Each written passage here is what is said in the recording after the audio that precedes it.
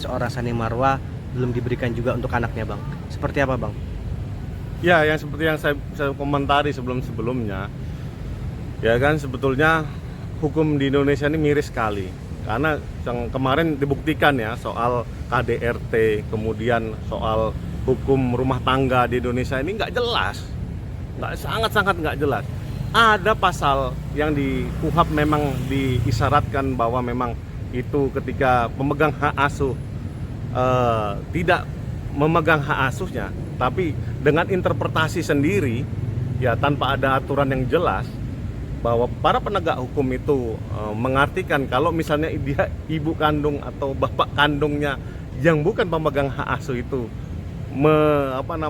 mengangkangi anak-anak itu, dia nggak punya kewajiban untuk memberikan kembali ke orang yang punya hak asuh. Itu menurut saya konyol. Negara ini harusnya hadir ya dalam urusan begini ya. Tapi saya nggak ngerti juga, memang ada beberapa waktu yang lalu di MK itu ada kawan rekan kita juga memaknai gugatan MK-nya soal pasal yang pemegang hak asuh ini. Mudah-mudahan mereka berhasil gitu loh, karena terus terang sangat menyedihkan. Jadi apa gunanya lu berjuang untuk hak asuh kalau lu nggak bisa dapetin hak asuh? What a bullshit. Ternyata pada kenyataannya Sani sendiri memang merasa sok kuat, padahal dia nggak kuat, Bang. Artinya melihat anak gue dipisahkan sama anak gue gitu, Bang, ya. Artinya ini memang bener-bener seakan ingin dipisahkan nggak, Bang, menurut Abang? Kalau menurut saya, pendapat subjektif saya pribadi, ya itu sangat-sangat jelas ya. Karena dari awal memang sengaja dihukum nih si klien saya, Sania Marwah. Karena dia dulu tuh masih anak kecil, jadi ibu waktu masih muda, ya kan, dianggapnya tidak punya kedewasaan untuk mengasuh anak-anak dari mantan suaminya.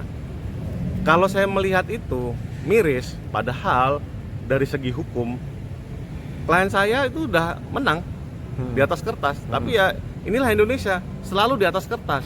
Makanya saya bilang rasa keadilan di masyarakat itu pasti akan mencuat kembali ketika ada ketidakadilan di situ. Negara ini kemana? Pemerintah tuh ngapain?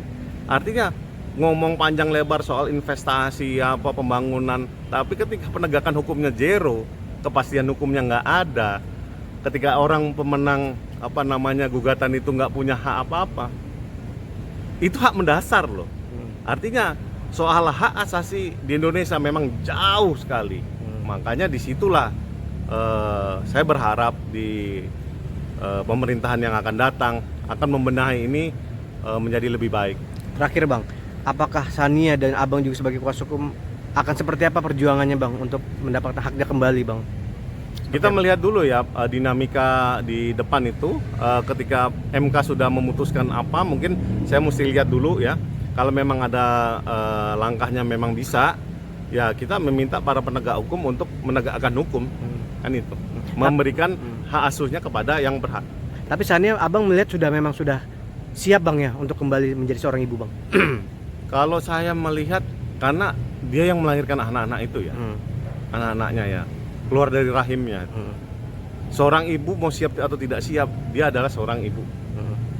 Kasarannya, bentuknya apapun dia, cara dia menangani anaknya, cara dia membesarkan atau mendewasakan anaknya, itu terserah pemegang hak asuh lah.